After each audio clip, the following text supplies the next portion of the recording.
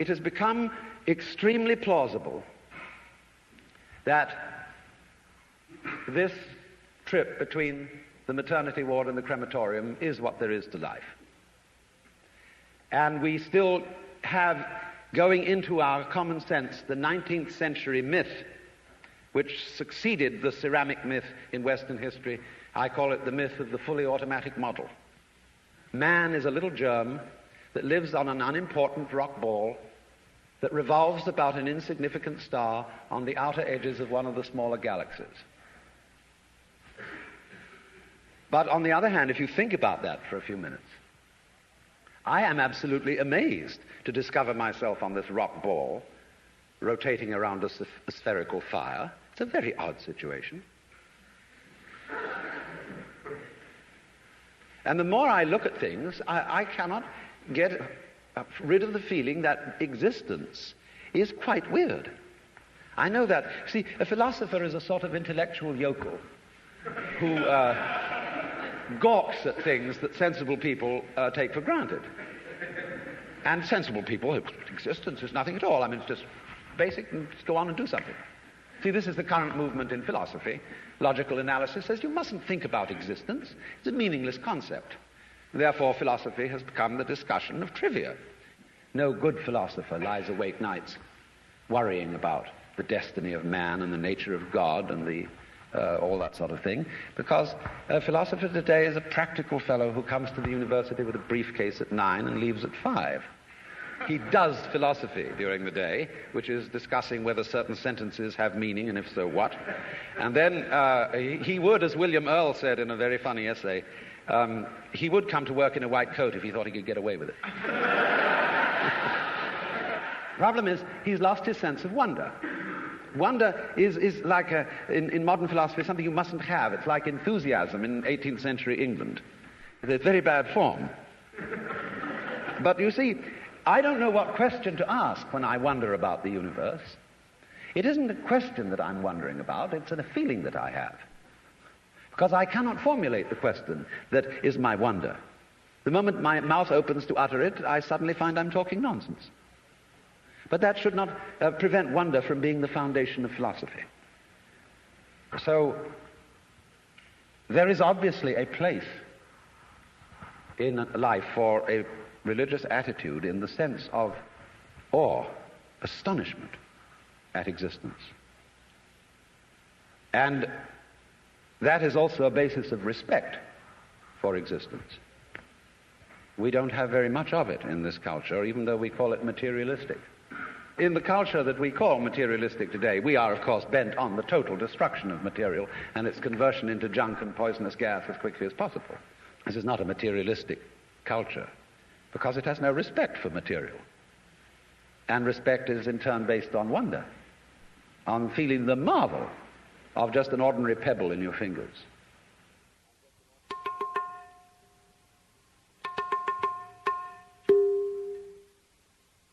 Look,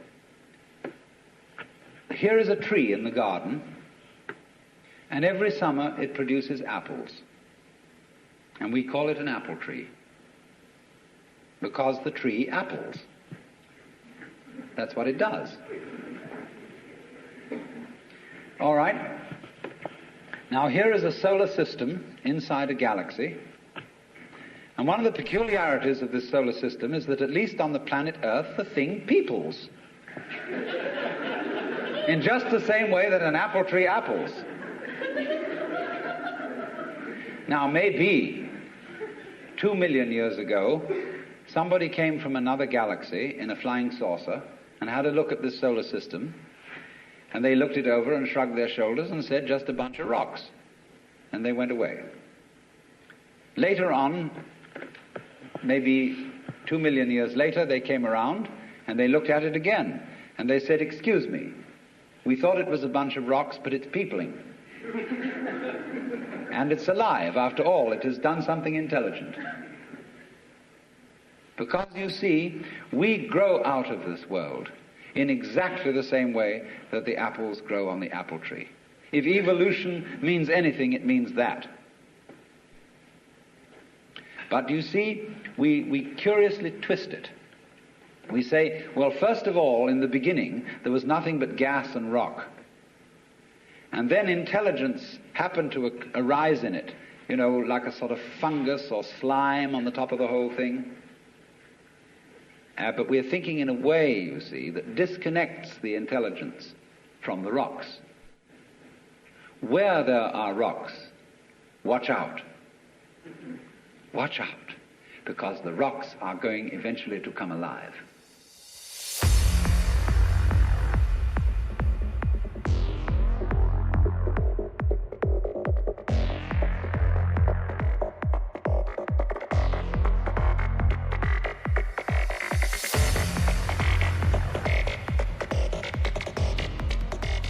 Theology has not, as a matter of fact, had a very distinguished record in promoting the study of other than the Christian religion. Because you see, if you know in the first place that you have the true religion, there really is no point in studying any other one, and you can very quickly find reasons for showing them to be inferior, because that was a foregone conclusion. They had to be. Because if, for example, you get into discussions as to whether Buddha was a more profound and spiritual character than Jesus Christ, you arrive at your decision on the basis of a scale of values which is, of course, Christian. And in this sense, the judge and the advocate are the same. Now, as you know, I'm not being very fair and very kind to modern theology. But there is this strange persistence of insisting that our group is the best group. And I feel that there is in this something peculiarly irreligious, and furthermore it exhibits a very strange lack of faith. Because I believe that there is a strong distinction between faith on the one hand and belief on the other. That belief is, as a matter of fact, quite contrary to faith. Because belief is really wishing. It's from the Anglo-Saxon root leaf, to wish. And belief, stated, say, in the creed, is a fervent hope that the universe will turn out to be thus and so. And in this sense, therefore, belief precludes the possibility of faith, because faith is openness to truth, to reality, whatever it may turn out to be. I want to know the truth. That is the attitude of faith. And therefore, to use ideas about the universe and about God as something to hang on to, in the spirit of Rock of Ages cleft for me, and there's something very rigid about a rock.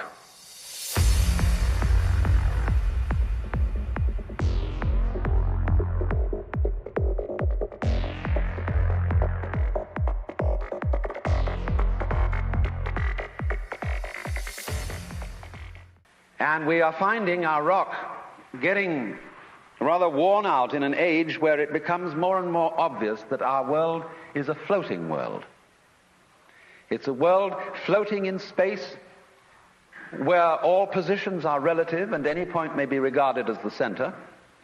A world which doesn't float on anything, and therefore the religious attitude appropriate to our time is not one of clinging to rocks, but of learning to swim. And you know that if you get in the water and you've nothing to hold on to, and you try to behave as you would on dry land, you will drown. But if, on the other hand, you trust yourself to the water and let go, you will float. And this is exactly the situation of faith.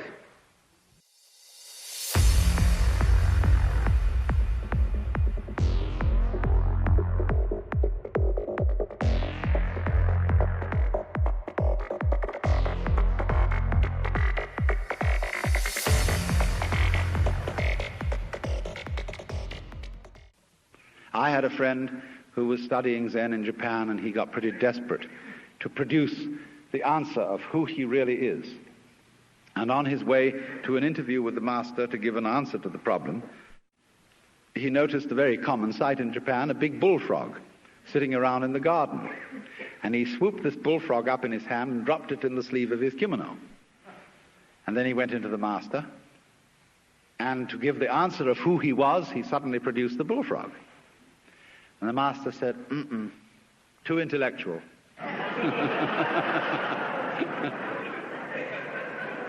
In other words, this answer is too contrived. It's too much like Zen. You've been reading too many books. It's not the genuine thing. And so the method of teaching used by these great Eastern teachers is to make fools persist in their folly, but very rigorously and very consistently and very hard.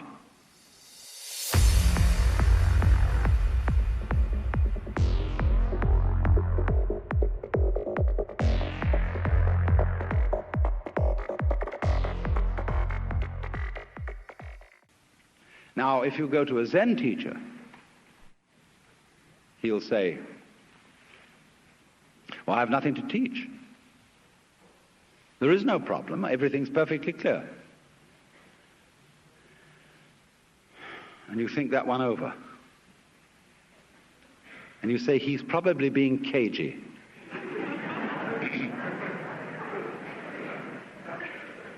But the teacher says, quite honestly, I haven't anything to tell you.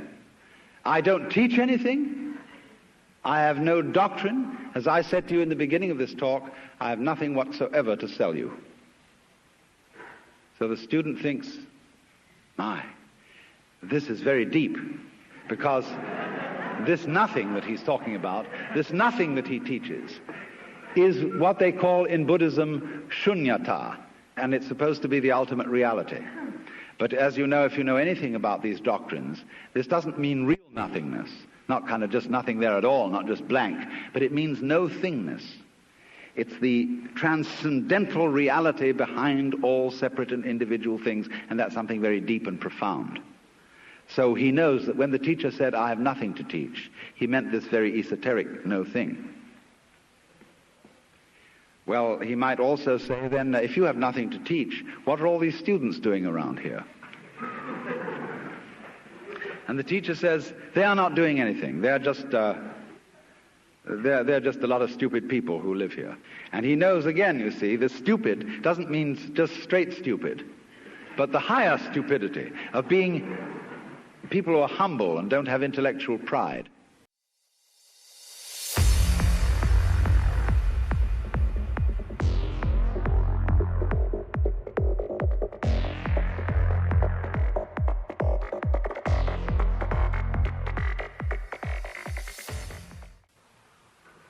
The Christian proverb is that man's extremity is God's opportunity. And so people, in other words, have to get desperate. Imagine the idea that the moment you were born, you were kicked off the edge of a precipice, and you were falling. As you fell, a great lump of rock came with you, and is traveling alongside you. And you're clinging to it for dear life. And thinking, gee, I've got to hold on to this, you see? Well, it doesn't do a thing for you. And it's only making you anxious. And it's only when you understand that it doesn't do a thing for you that you let go and relax. So everybody's in this situation. We're all completely insecure. We're all headed straight for death as if we had been condemned by a judge. And yet here we are all clinging on to things. And we have all sorts of alibis for doing this. We say, well, I have responsibilities for my dependents and I've got to cling on. But all you're doing is you're teaching your dependents to cling the same way as you are. And making them miserable by learning to go on surviving compulsively.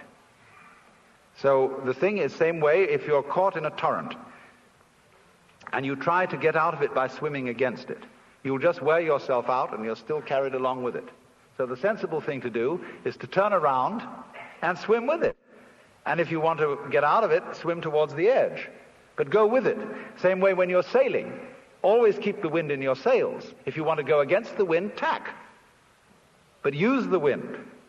So it's this way, you know. We're all in this great stream of change, which we call life. We are the stream. If you imagine you're separate from it and you're being carried along by it as if you were a cork, that's a delusion. You're a wave of the stream itself. So get with it.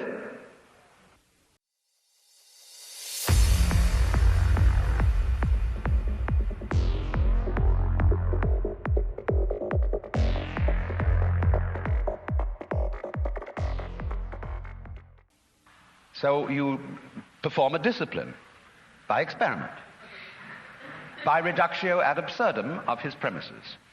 And so in the same way, the guru, whether Hindu or Buddhist, performs a reductio ad absurdum on the premise of the skin-encapsulated ego.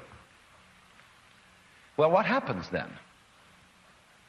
You might imagine from garbled accounts of Eastern mysticism that one thereupon disappears forever into an infinite sea of faintly mauve jello.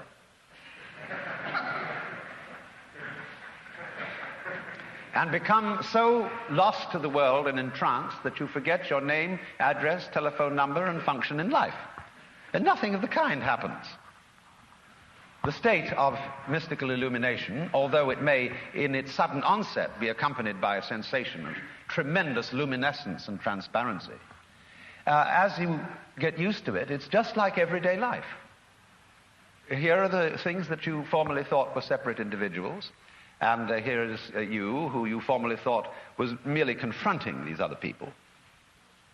When the great Dr. D.T. Suzuki was asked, what is it like to be enlightened? He said, it's just like ordinary everyday experience, except about 2 inches off the ground. Because what is altered is not the way your senses perceive. What is altered is what you think about it. Your definitions of what you see. Your evaluation of it. So when you don't cling to it, when you have no longer a hostile attitude to the world because you know the world is you, it is. I mean, let's take it from the point of view of biology. If I describe the behavior of a living organism, I cannot possibly describe that behavior without simultaneously describing the behavior of the environment. So that I discover that I don't describe organisms in environments, I describe a unified field of behavior called an organism environment. It's an awkward word, but there it is. The environment doesn't push the organism around. The organism doesn't push the environment around. They are two aspects or poles of the same process.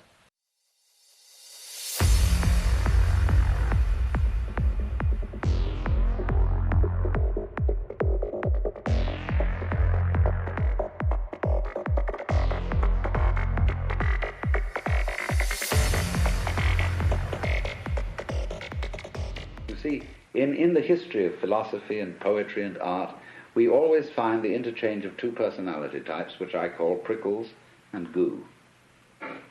The prickly people are advocates of intellectual porcupinism. They want a rigor. They want precise statistics. And they have a certain clipped attitude in their voices. And you know this very well in academic circles, where there are people who are always edgy like that. And they accuse other people of being disgustingly vague and miasmic and mystical. But the vague, miasmic and mystical people accuse the prickly people of being mere skeletons with no flesh on their bones. And they say to you, you just rattle. You're not really a human being. You know the words, but you don't know the music. And so therefore, if you belong to the prickly type, you hope that the ultimate constituent of matter is particles. If you belong to the gooey type, you hope it's waves. If you are prickly, you're a classicist. And if you're gooey, you're a romanticist. And going back into medieval philosophy, if you're prickly, you're a nominalist. If you're gooey, you're a realist. And so it goes. But we know very well that this natural universe is neither prickles nor goo exclusively. It's gooey prickles and prickly goo. And you see, it all depends on your level of magnification. If you've got your magnification on something so that the focus is clear, you've got a prickly point of view. You've got structure, shape, clearly outlined, sharply defined. When you look out of focus, it's going to go bleh, and you've got goo. But we're always playing with the two, because it's like the question is the world basically stuff, like matter, or is it basically structure? Well, we find out, of course, today that in science we don't consider the idea of matter, of there being some sort of stuff, because supposing you wanted to describe stuff, in what terms would you describe it? You always have to describe it in terms of structure, something countable, something that can be designated as a pattern. So we never get to any basic stuff. There is a sense in which the universe is purely game, but not in the sense of a one-upmanship game, but in the sense of music, which is lalling with sound, is dancing delightfully with sound, you see. And nobody was ever able to give a better account of what it's all about. I mean, let's take the traditional Christian account of what the angels do in heaven. Why, they sit around the throne of God and sing Alleluia, Alleluia, Alleluia, and they're going, you know, that's not just Alleluia in a sort of formal way, but they're going,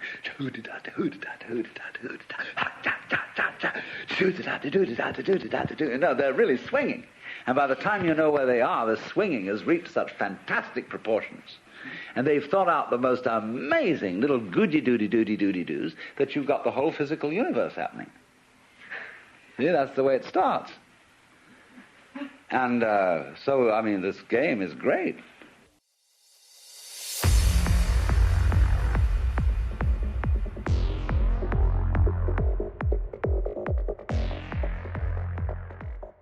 In music, though, one doesn't make the end of a composition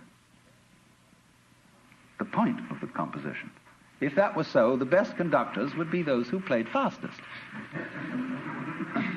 And there would be composers who wrote only finales. People go to a concert just to hear one crashing chord, because that's the end. Same way in dancing. You don't aim at a particular spot in the room. That's where you should arrive. The whole point of the dancing is the dance. Now, but we don't see that as something brought by our education into our everyday conduct. We've got a system of schooling which gives a completely different impression. It's all graded. And what we do is we put the child into the corridor of this grade system with a kind of, come on, kitty, kitty, kitty. And yeah, you go to kindergarten, you know, and that's a great thing, because when you finish that, you'll get into first grade. And then, come on, first grade leads to second grade, and so on, and then you get out of grade school, you've got high school, and it's revving up, the thing is coming. Then you're going to go to college, and by Jove, then you get into graduate school, and when you're through with graduate school, you go out to join the world. And then you get into some racket where you're selling insurance, and they've got that quota to make, and you're going to make that, and all the time, the thing is coming. It's coming, it's coming, that great thing, the success you're working for. Then when you wake up one day about 40 years old, you say, my God, I've arrived. I'm there. And you don't feel very different from what you always felt. And there's a slight letdown because you feel there's a hoax. And there was a hoax, a dreadful hoax. They made you miss everything.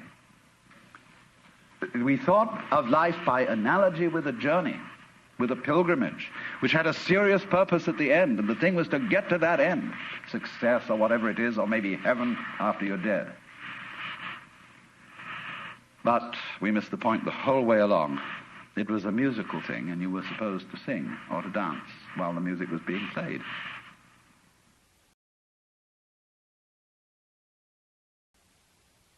Why do we love nonsense?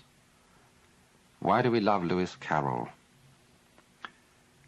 with his "'Twas brillig and the slithy toves did gyre and gimble in the wave, all mimsy were the borogroves and the mumraths outgrabe"? Why is it that all those old English songs are full of "Fal-de-riddle Ido" and "Hey nonny nonny" and all those babbling choruses? Why is it that when we get hep with jazz, we just go booty booty boopty boo and so on and enjoy ourselves swinging it